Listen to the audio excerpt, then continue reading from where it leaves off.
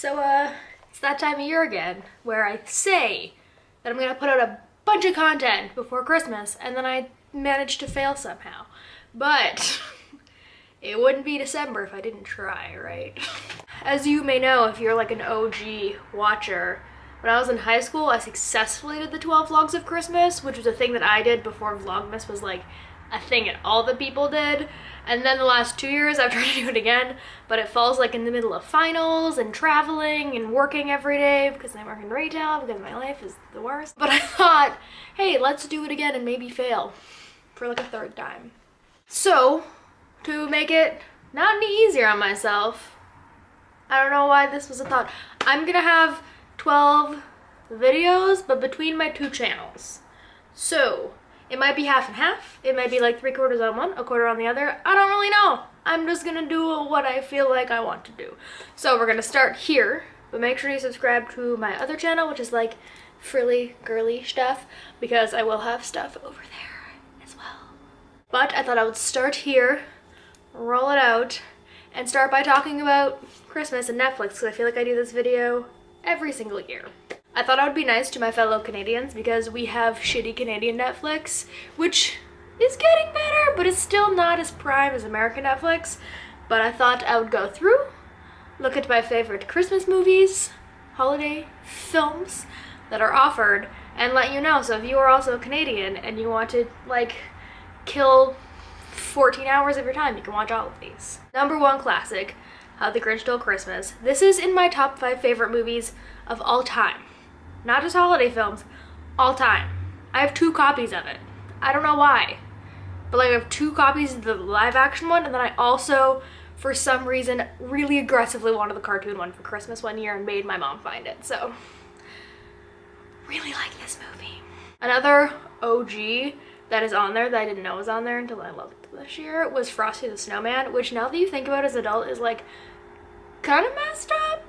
It's a living snowman. Because of a hat. What's going on with the hat? I don't know. Where'd the hat come from?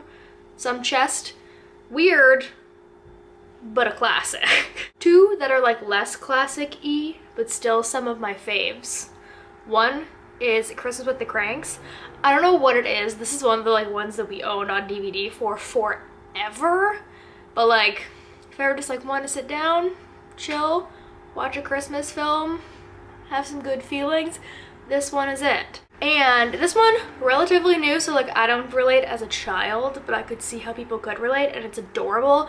It's Arthur Christmas.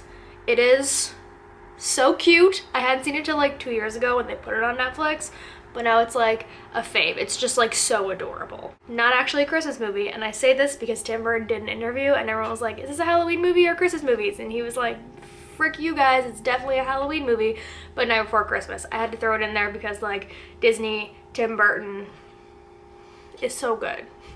It's just so good. Now I have 3 that are like 4. I have,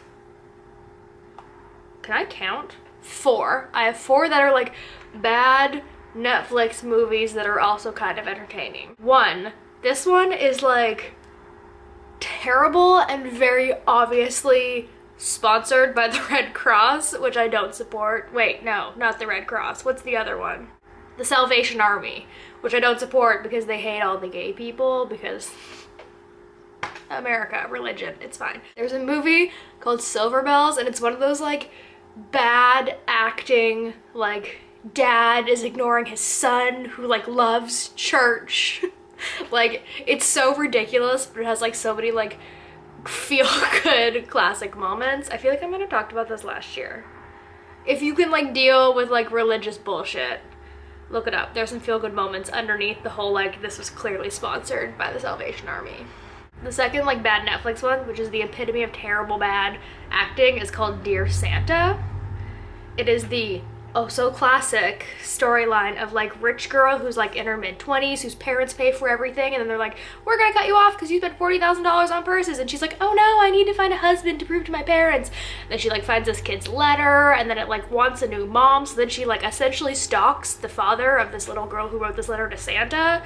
It's a whole ordeal. The acting's so bad, but like cute kids. There's a cute kid in it. This one I wrote down, but I haven't watched it this year, so I like vaguely don't remember. But from what I remember, A Holiday Engagement is essentially the same storyline, but I think she gets broken up with by her fiance right before Christmas, but then she told her family that she'd bring him, so she like hires an out-of-work actor to play her fiance, who I feel like she falls in love with, because that's how every movie ends. The most recent one that I just saw this year, which I was like, I don't know if I want to click on this, because like the thumbnail on Netflix is a bunch of like shirtless Santa Clauses, but like hot Santa Clauses, not like shirtless fat men, I don't know. Called Christmas in the City.